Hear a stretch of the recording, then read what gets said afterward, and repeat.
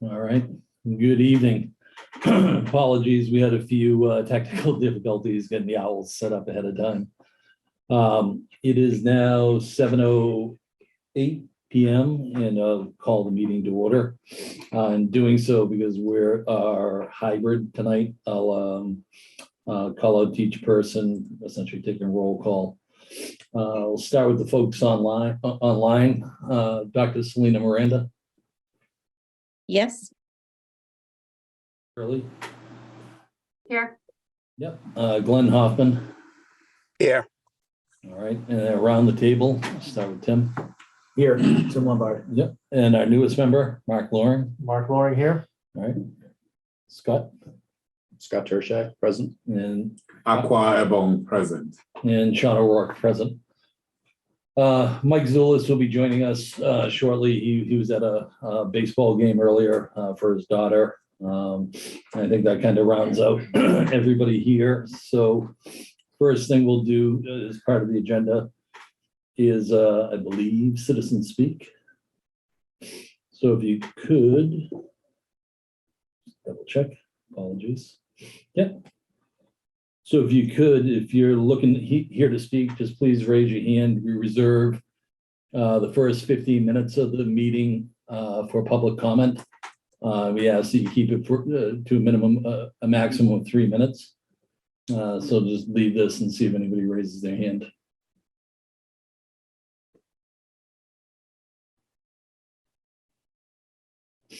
All right, seeing none, move on to the next thing on the agenda. Next thing on the agenda, Steve Perry just entered. Next thing on the agenda was old business, which I happened to put as blank because I think there was no old business for right now. So essentially on to new business. So the first thing, item 4A, are essentially the land swap items that we need to discuss. And basically, you know, for us as a board, we were allocated $275,000 that will come the beginning of July. And, you know, the goal is to utilize that funding to finalize the remaining things that are out there that we'll be doing. So one of those is actual appraisals of the properties that we're going to have.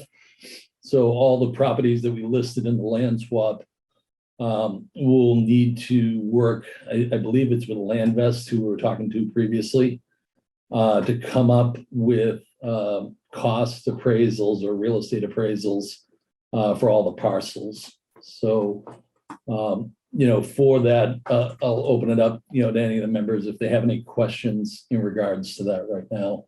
We don't have pricing on it, but that'll be forthcoming for a vote later. Yep. Do they know how long that will take them? I don't. It's part of it, we need to, what I'd like to try to do is get an RFP together for it that we can issue ideally beginning of July and get those back so we can get that turned around quickly. But timeline on it, I don't know how long it's going to take them. I know it'll be longer than a month. Any other questions? All right. Item 4A2, alternatives analysis. So the other part, along with the land swap for the documentation that we have to file with the state, is essentially an alternatives analysis of all the properties that we looked at, including the overcrowding study that DRA did back in 2019. So basically just a synopsis of everything, how we got to this point and why we have to utilize the land. So I've been working on that with town council, but you know, I might be reaching out to individuals just based on some history stuff that's there too. So for that agenda item, just see if there's any questions or comments, you know, from the members. Do we know when is the due date for that to be submitted? No, it's not. So it's not like the MSBA where they have a hard deadline for it. It's kind of open-ended. Okay. But we're trying to work, obviously, we'll have to time it with the appraisals, you know what I mean? Because we have to submit it all as a single package. Okay. But I've already started working on it with town council. You know, and there's no format for it. It's just basically a narrative of everything we're looking there. Now we'll probably have the plot plans of some of the other stuff that we looked at. And presumably that will be live up to current as we continue to evaluate alternatives. Correct. Yeah, so Fontbonne would be included in there. The other property we'll discuss tonight would be included in there if we didn't go with it. So, you know, the third item on there is essentially in meetings that would be upcoming for the land swap. Just one thing on the Yep. alternative assessment, you're just putting that together? You're just taking that on? Do you need a hand? Like, Anybody volunteers, I'd love to help. okay. But it's just, you know, from myself, I have most of the history on it. Yeah, So it's it's an easy lift. okay. But if you want to proofread it and double check it, I would happily take that. Yeah. Okay. And then, you know, for the upcoming meetings, you know, we'll be working, I'm working with town council still for just any upcoming meetings that we need to have with EOEA for, you know, basically now that the land swap's passed, town meeting. We're also going to meet with state representatives, Senator Timilty and Representative Driscoll, to go over a prep of kind of what the land swap was and give them some information so that they can be aware of it. Any other questions in regards to just land swap items, meetings, anything like that? All right, hearing none. Perfect. Item 4B. So on the Gow Road site, along with that $275,000 that we've been allocated, the majority of which my guess will be utilized for professional services for architectural design and essentially known as project manager.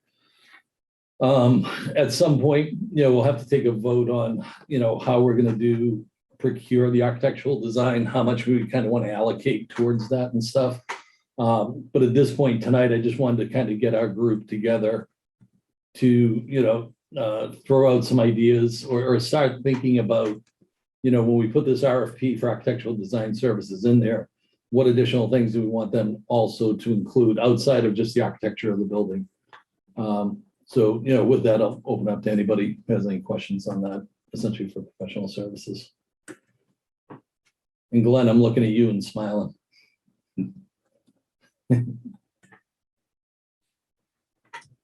Well, the amount of money we have isn't going to get us any kind of a real design other than a light conceptual. So I think we should probably look at the money, try and budget out the money we have for the services we have to, we need to retain, and maybe we back into how much we spend on architecture.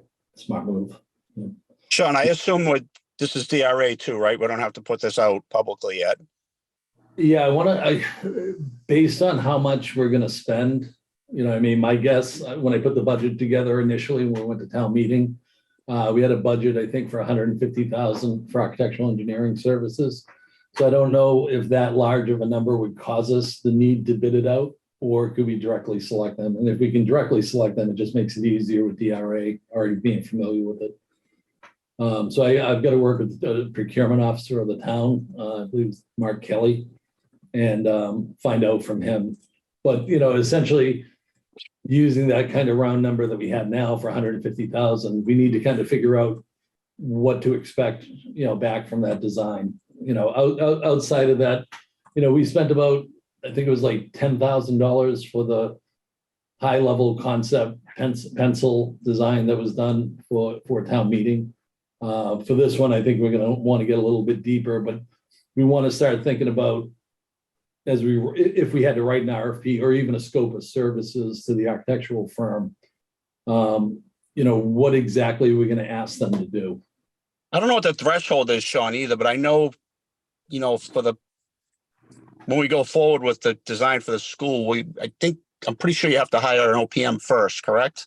And they help select the architect or help us through that process. to go through the DSB. Yeah, I believe it would depend if we're doing, I gotta let Mike in. Or is that only for or is that only for a at-risk project? It might, well, I'm trying to think if it's an MSBA project or an independent project, how that would be done. But, you know, these are the type of things now that you know. Yeah, we've I'm got- definitely thinking of MSBA rules. You're right. It loosens it up a little bit. If we're footing the bill, it loosens it up a little bit. Yeah. Yeah, and we're still not sure. I mean, we're still waiting on MSBA next April to, you know, for feedback on that. But essentially what I'd like to do, at least for the next year, is draft out, you know, some type of scope of services, you know, for our next meeting. I'm throwing this stuff out here now to get people thinking about it. Because essentially come July, I'd like to have an RFP if we need to do that, or a scope that we And I put can out. help you with that, Sean, with the All scope. right. Sean, the architects and engineers related services are one of the exemptions to 30B. Okay. It's exemption 32A. So it's if you're not dealing with MSBA, you probably don't need an RFP. Okay. I would recommend we be a little more cautious, even when we're not required by law to have an RFP, understanding how contentious this should be. We should put it out there. And I believe the firm we expect to win will still win it. We should avoid as much as possible anything that would look like anybody's benefiting from this, because nobody is.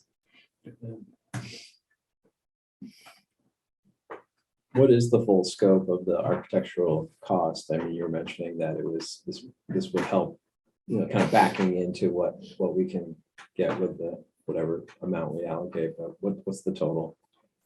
We say total dollar number, or total, I mean, to do like the deep design that. everything. Oh, you're roughly about 12% of the overall cost of the project. So, you know, we're talking $8 million, $6 to $8 million overall design fees to do this whole project out. Okay.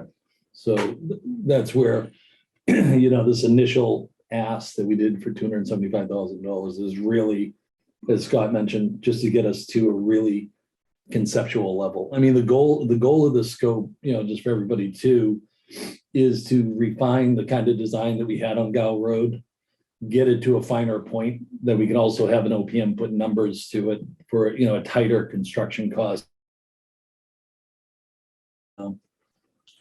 Then to help support some of the other studies we have to do, like the Traffic. traffic study, stormwater study, just the layout of the site by the architect will help inform those studies. And good. So No, go, no. Right ahead. when we asked for the money in the bill, we stated certain things that we'll do with the money. Correct. Let's be careful to make sure we at least address it at some level.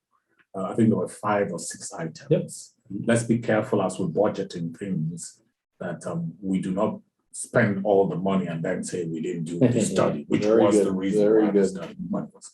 Yeah, there's architectural, civil, geotechnical, traffic study, and miscellaneous expenses. What's not on that stated list that we did discuss, but I don't think is stated, is the OPM expense. Mhm.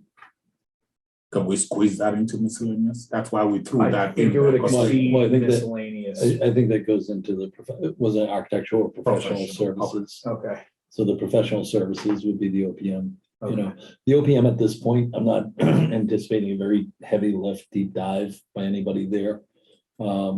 It's similar to the architects, it's going to be a very high level review of kind of where we're going with everything, and somebody more independent to provide cost numbers too. That's my ideal goal with the OPM. There's really not a lot of project management here, but it's the independent voice for cost analysis.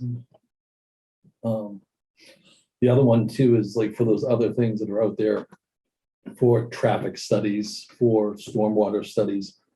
Do we want to wrap that in to the architectural procurement? Right. You know what I mean? And have the architect hire their own traffic person, hire their own stormwater person, and basically deliver a singular report to us? Or do we as a committee want to control that stuff, which we can, you know, we were going to do it before. And basically, you know, let the architect go off on their own, design it, and we manage their interactions with a traffic person, which we've already identified. We can bring on a stormwater expert to take that stuff and do it and, leverage some of our project management skills Yeah. to take it away. If we were to put that to vote, I'll go for the latter. Because again, I would like to separate things so that it's not the architect doing the stormwater. Oh, we wouldn't have that. No, we Bringing in the have. stormwater person. So you'd be some independence there Okay. would be helpful, I think. Yeah, and these, this is the type of stuff I just wanted to discuss tonight, like really roundtable. Now that we've got a project that we're looking at, leverage everybody's skills and experience on this stuff, just to, formulate a good path to move forward with that stuff there too. Yeah, Sean, typically the architect would own the structural, the MEPs, fire protection. Usually civil would go directly to the owner, although not always. Yep. And the traffic study and stuff typically would fall under the owners. But like I said, that's a flexible thing. A lot of that is based on preference, I think. Yeah, I agree. And so the Typically that other stuff goes to the also- owner. Yep. Yeah, I mean, my preference would be, we've identified, from last year, a traffic person at VHB that all they do is educational facilities, and we could reach back out to him to, take the site that we have conceptually now and start working some options on there. Let the architects run on their own for, what the concepts that they came up with before. With a goal of having, call it a conceptual 10 or 15% design, floor plans, detailed floor plans, maybe some elevations so we could see what's there. But, I want to get an idea of what their end deliverable is to us at the end of this, at the end of this scope that, we're paying them for to make sure our expectations are aligned with what they provide us.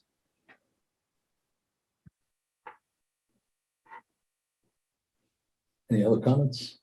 Just thinking Feel about MSBA, what we're doing right now isn't necessarily part of their approval process. This is more our own town approval process. So in that regard, I don't think we necessarily need to follow anything related to MSBA yet. So Correct. okay, just Yeah. wanted to make sure we're But what's We're the all on the same page. what's the downside of that? Will we have to redo things that we chose not to do some things and we decided to go with MSBA in the future? Mhm. Or we'll be forced to go redo it again?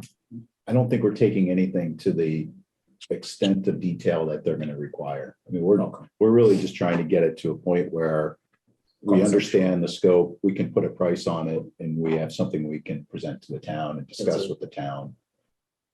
I don't think we can really go any further than that. Yeah, so this, this money that we'd be spending over the course of the year Yeah. is essentially, at some point we have to ask for funding for the overall project. And this is to get us a little bit closer to there. Now, if we go with MSBA, if you remember, MSBA has a series of modules Yes. that we have to go through. The first module is like alternatives analysis, program analysis, like all the work that we've done over the past. We have to redo it, not redo it, but we have to formalize it, Yeah. present it to them, get their approval and go through that checkboxes with that. That's part of why, me, sometimes with MSBA, it's like, it sounds like a good deal, but we've already done all this work. I don't want to have to backtrack to, go along Redo this the work, timeline. Yeah, and it's, if we have to, I mean, if we got accepted and we had to, the good news is we can fast track through that. Okay. We're not starting, most of these times for people that start with MSBA, they haven't done any of the legwork we have. They file an application, they submit their SOI, they don't really do anything, then they get accepted, they hire an architect and OPM. And then they go through all the analysis that we've done of finding a site, coming up with an educational program and all that. We've already done all that work, so. Understood. Thank you. Yep, yeah, no problem. Any other questions in regards to professional services, in regards, anything else? All right. Last item for new business is the car estate on Brush Hill Road. So as many of you guys are aware, we've been presented a option on Brush Hill Road that some of us were able to go out to see last Friday. And then for the others that weren't available, we can reach out to the realtor to have you do a site walk of there. We ask you not to go up on it without them. It's private property. So they get a little touchy if we tried to walk up it. But essentially, if I could just share my screen.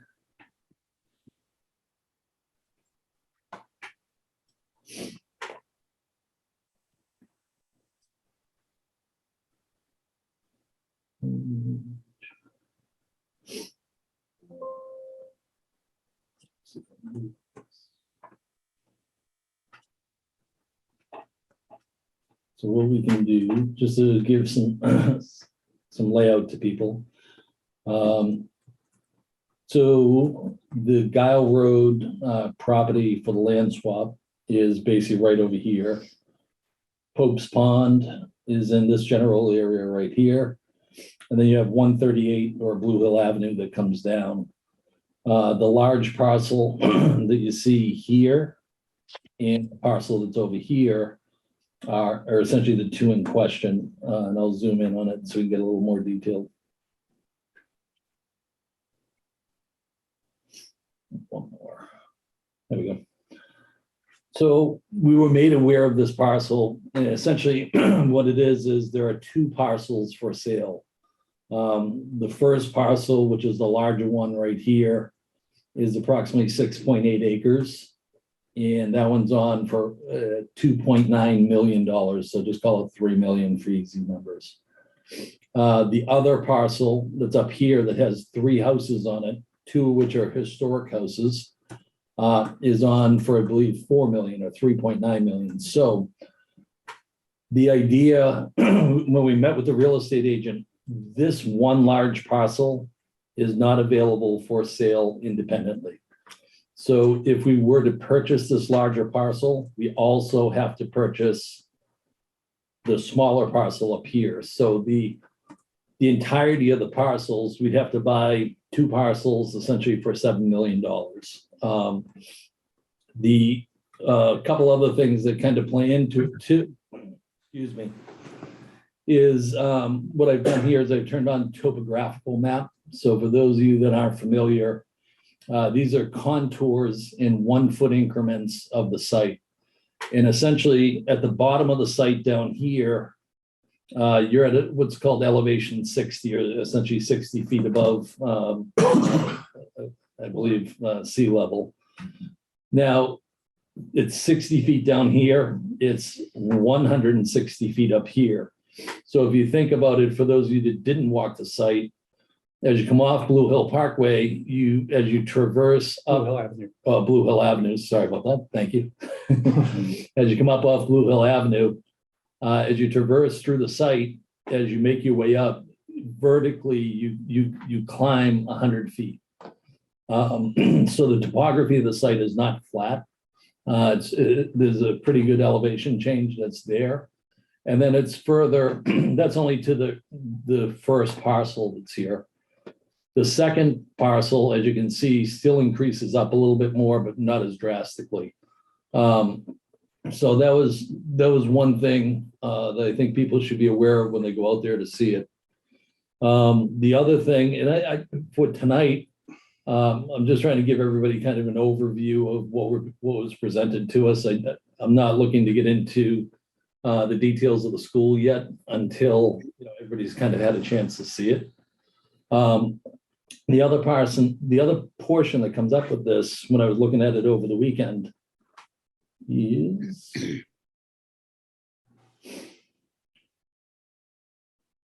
so when we take that parcel, you take it out and you measure it. As we know from the Guile Road property, there are essentially zoning buffers on each side of the parcel that we have to be aware of. So on each side, we lose about 1 acre of land due to the zoning buffers that are adjacent. So the current parcel that's roughly 6.8 acres, once you add in these zoning buffers, brings it down to about 4.8 acres of buildable land. Then the frontage or the distance or the width of it is roughly 400 feet, property line to property line. And when you put those zoning buffers in, that squeezes it down to about 300 feet.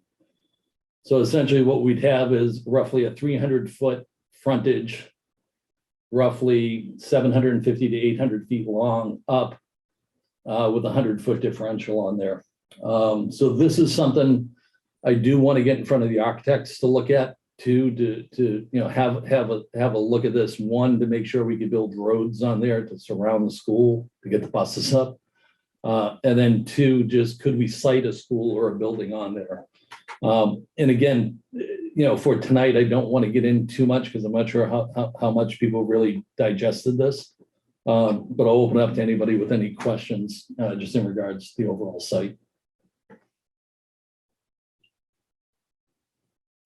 Did you guys discuss utilities at all during the walkthrough? Yeah, so on the top of Brush Hill Road up here, you can see there's a sewer line. Yeah. And my understanding is there's another, well, these are drain lines, but there's a sewer line down here. So they're essentially. Yeah, I saw there was a separate drawing on that. Yeah.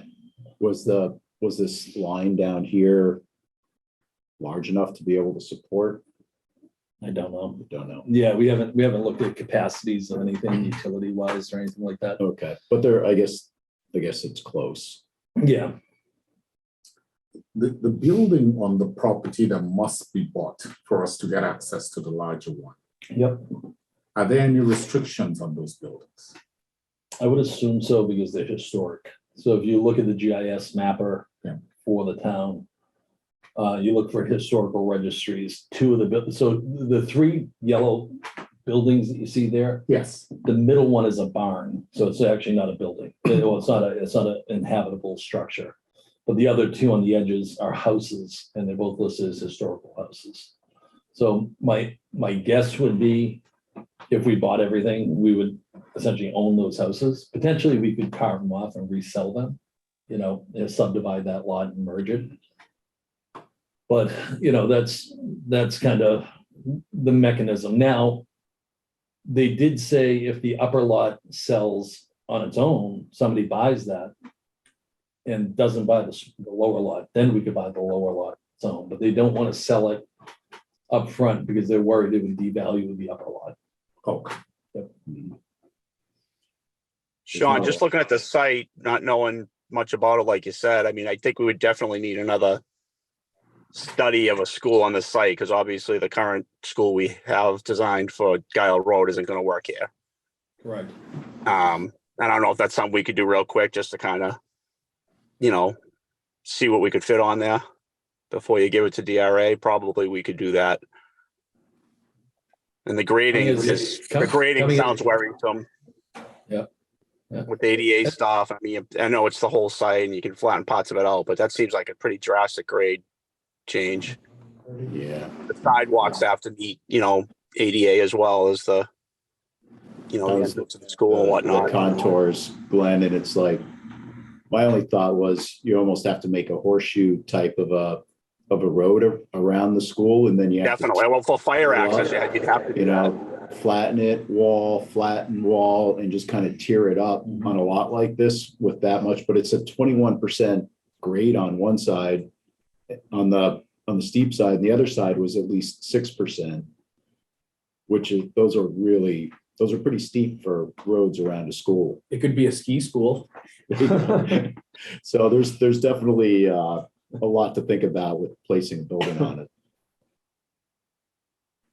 So Glenn, as the architect on the committee, are you volunteering to do that initial look concept on there? Yeah, I think I did. I think we did some earlier on sites, and I can do the same thing where I just take, a footprint from another school that kind of makes sense on the site and see how it works on there. It doesn't have to be real intricate. But yeah, I think I can help with that. All right. But If we could just, sorry, one second, Mike had his hand up, so, yep. Yeah, just a quick, one of the things that that we had talked about, Scott, to your point about the horseshoe, is if you bought both lots, then you'd have an entry and exit on both sides. So then you might not have to do the horseshoe. a good point.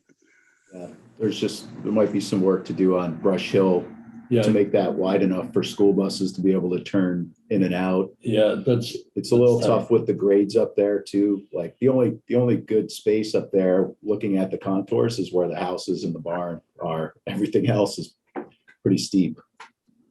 But it's doable. Yeah, and there are no sidewalks. Brush Hill's a historic road. yeah, the stone So- wall, Dealing with the stone walls will be an issue. yeah, to cut through. Yep, oh, Mike, done, Mark? Yeah, sorry, just from my base understanding, right, the elevation change from the lower left corner to the top right corner, if we were to use the two lots, is 130 feet, right? Yeah, this This goes goes up from to, like 60 feet to 190, essentially, an elevation change. Yep. The length of the lot itself is about 1,500 feet long, including both lots. it's about 1,000. You're So, saying actually less than 1,500? yep, so I measured it here. About 1,100. Okay. Well, that's the one, isn't it one, because you're not showing the top side? No, that's That's the full size. He's saying that's- 750. Oh, you're right, I didn't read it. wrong. No, that's all right, but if you go to the other side, the long side, but it's Yeah. about 1,500 on Yeah. this side. Yep, So, sorry. no, you're fine. I mean, it just, best case scenario. So, that is a 1:11 ratio, right? ADA compliance without a ramp, well, even with a ramp is 1:12, Correct. right? And you need railings. Without a ramp, it's 1:20. So like the ability to create ADA compliance within the site I'm not sure what like a road perspective is, but like just from the starting place, Just, yeah. that once you makes build it a- extremely difficult. Because we're like at no point within the site, even in the best case scenario, are we really able to meet kind of these compliance things unless we create a lot of terraces and then switchbacks within the sites, which could be possible from like a ramp perspective, but then from a road perspective, are there any like 1:20, 1:15 kind of ratios for like an acceptable road? I haven't like said. ADA compliant road? Yeah, I mean, On Lombard Street in San Francisco. Yeah. Yeah. Think about it. but I mean, the take on it there is, for us, I think, having Glenn take the first shot at this. Yeah. Give a little bit of an overlay to it. I'll engage DRA. I mean, DRA has been really good with us about taking stuff for not a lot of money. And, looking at these sites. I mean, for us, we owe it, enough of a dive to dive into it, so. Sean, I'm basically gonna take DRA's program and just rearrange it on a different site. It's still gonna be the same basic functions and massing. Yeah. We'll just see how we can make it work here. Just looking at the bottom, I wasn't sure in the walkthrough, was there any water collection down in that corner where it gets low or No, wetlands to worry about? So that was no. okay. Yeah, so if you turn on the wetlands here. There's wetlands further down here, but the whole Yeah. site is dry. Even though, that's a low point that caught my eye too. I think we're gonna end up having to put a detention basin in down there anyway to catch everything that would be. Yeah, just the way the site's Yeah. created, once the stormwater runoff of this is gonna flow down there pretty. There is a pretty big culvert there at the bottom along Blue Hill Avenue. So you could expand that for retention if you needed to. Yep. What about rock out croppings? Did you see anything like that walking through? I didn't see much. Okay. How That's a how good sign. negotiable is the $7 million price? Don't know. So knowing there's probably other developers that are looking at this, my guess is probably not that negotiable. From a financial point of view, when it was 3 million, it was, there was a way, we've been funded a different way. Yeah. I think when we hit 7 million, there would probably have to be a debt exclusion. So it'd have to go to a townwide vote. So I think the process by which if we were gonna go after this, and we need to make we'll probably have to have another meeting on this next week, just because I want to move kind of quick on this too, because we can't delay, because we're competing against private sector, is, this meeting was, again, more just to inform everybody what's there. If you haven't been out to the site, if you want to get out to it, contact me. I'll put you in touch with the realtor and go out and see it for yourself. But I think the intent is, Mike, correct me if I go wrong on here, but the intent of this is if we decided it was a viable site, we'd have to call a special town meeting, get a special town meeting vote. And then depending on the cost of it, depending on how we're funding it, there would then have to be a town-wide debt exclusion vote for there. Is that correct, Mike? Yeah, I think so. I think process-wise, if this committee wanted to move forward, then make a recommendation to the select board, and if the select board wanted to move quickly in order to compete, I think we could probably get a town meeting as soon as July if we really move fast. And then you'd have to get the warrant committee, to weigh in and town meeting to weigh in. And then if it didn't fit within our current debt structure, then and we needed a debt exclusion, then you'd have to have an election on it. So that's a question whether we'd have to determine whether 3 million, I'm pretty sure would fit within the current debt structure. 7, I'm not so sure. So we just have to figure that out. So it would be at the very least a town meeting and possibly an election if it would require debt exclusion to buy the property. Carrie? Are there any zoning variances we would need?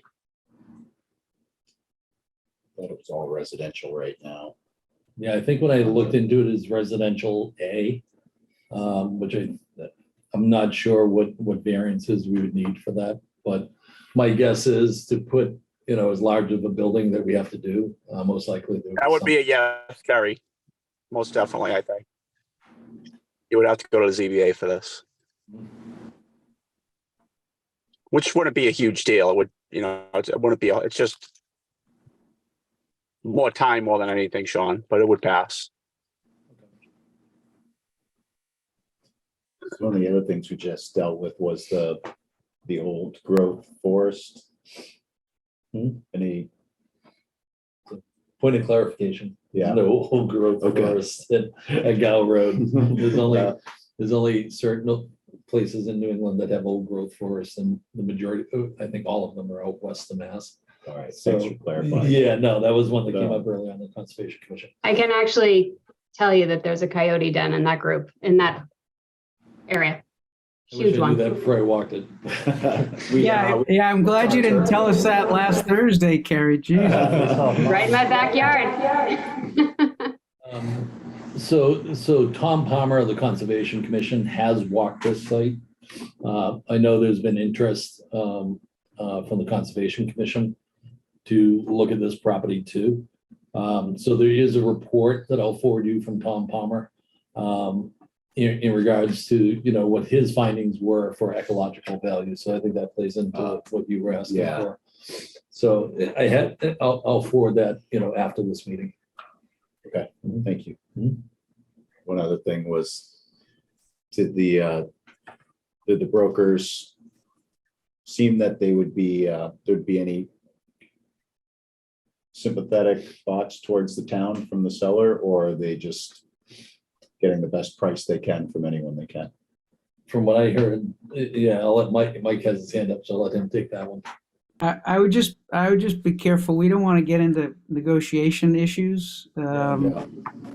So, to the extent that you want to have a discussion about how to negotiate this, you might not want to do it in a non-executive session setting. That's fine. I'm not sure, given what Mike said, if this question is proper, if it's not the right time to ask. I think we should take learnings from what we saw in Galwood and see how do we assess this before we even negotiate. Are there environmental concerns here? How will the aborters respond to this? Mhm. How do we gauge all the issues that we were able to overcome because of all the work we put in? Are such issues there in this site? And this is also presented, from what I hear, a unique problem because of how steep this site is. To what extent will the delta, the change in cost be if we're building in such a steep place. Mhm.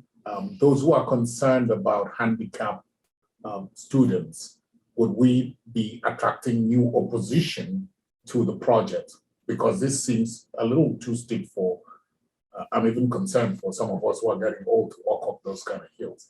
These are some of the things I'd like, if it's okay with you, Sean, Mhm. for us to sit down and see what were the hurdles we saw in the other project and how do we intend to deal with that if we choose to go on this path. Yeah, essentially lessons learned. from what we Lessons just learned went through. from what we've Yep. done. Yeah, and I think, tonight's more of, again, just getting this information, having us as a group all together, talk about it. Take away some, some ideas that we're discussing tonight. And like I said, ideally, probably next week, rehuddle back here again and really dive into some of that stuff that's there. Okay. So, feel free to, jot some notes down, come prepared next week, and we can do a deep dive into all of this so that, we can make that recommendation quickly. Can I ask Yeah. a quick clarifying Yes, sir. question about the work Glenn's gonna do for us and drawing up a nice pretty plan? Is that using just like your initial kind of outline was using just the singular lower lot? Are we thinking about like creating a plan that just uses the lower lot in case that becomes available for the 3 million, or create a design for both lots? Right, as we discussed, like the option of spending $7 million to, are we asking them to kind of do one or both? Yeah, I think what the ask would be is for both lots, mainly because that's what's presented to us now. The opportunity to just buy a singular lot isn't there. And then my guess is, if anyone's gonna buy it, I think they're gonna buy it with both, but, so, for Glenn right now, and just have him do it based on both, because that's kind of our operating operating way right now for that. Yep, Carrie, sorry, didn't see you. Sorry.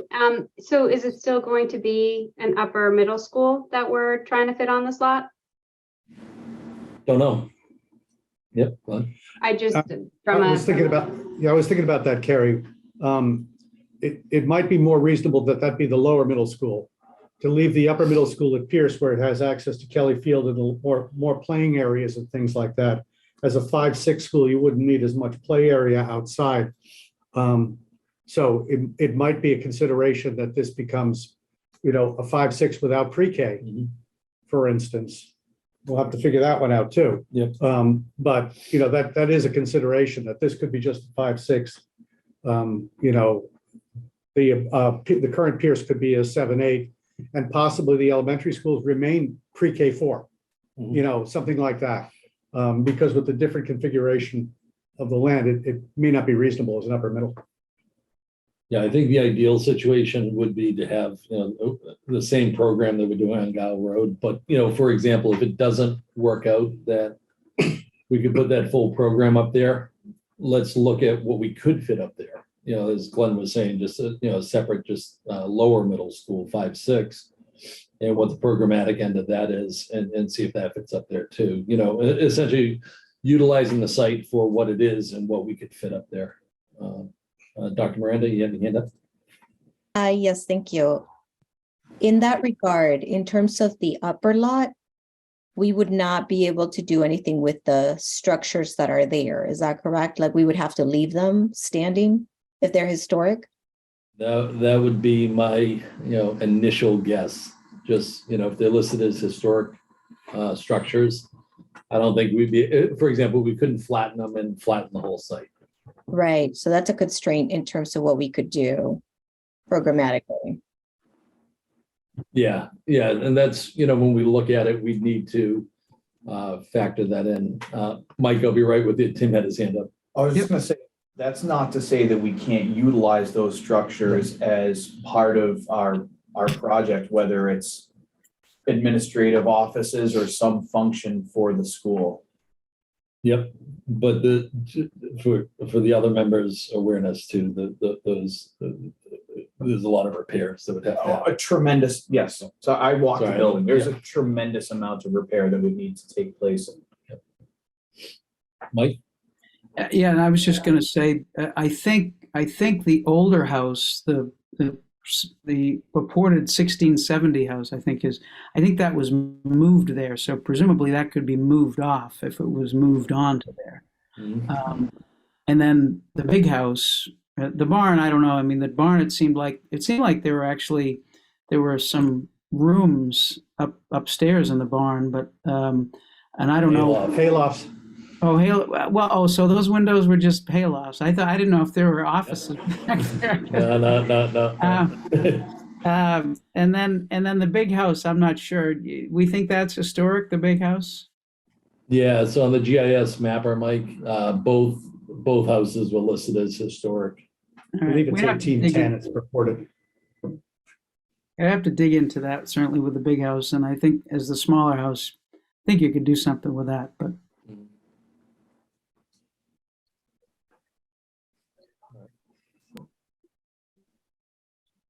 Any other questions in regards to, Brush Hill Road, Car Estate, or anything like that? And again, we'll probably next week, we'll call another meeting. We can schedule at the end.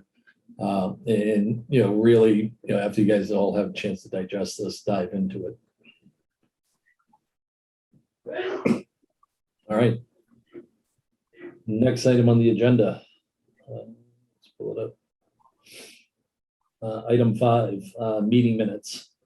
So there are a few meeting minutes from this year and then 2 from last year.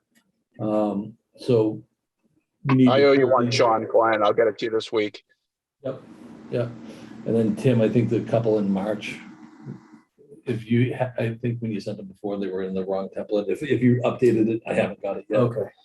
And then Mine was in the wrong template too. correct. And Dr. Miranda, I think yours were too. So if we could, ideally by next week, just rectify, close out all the meeting minutes that are outstanding. Anybody has any questions, I'll reach out to you individually.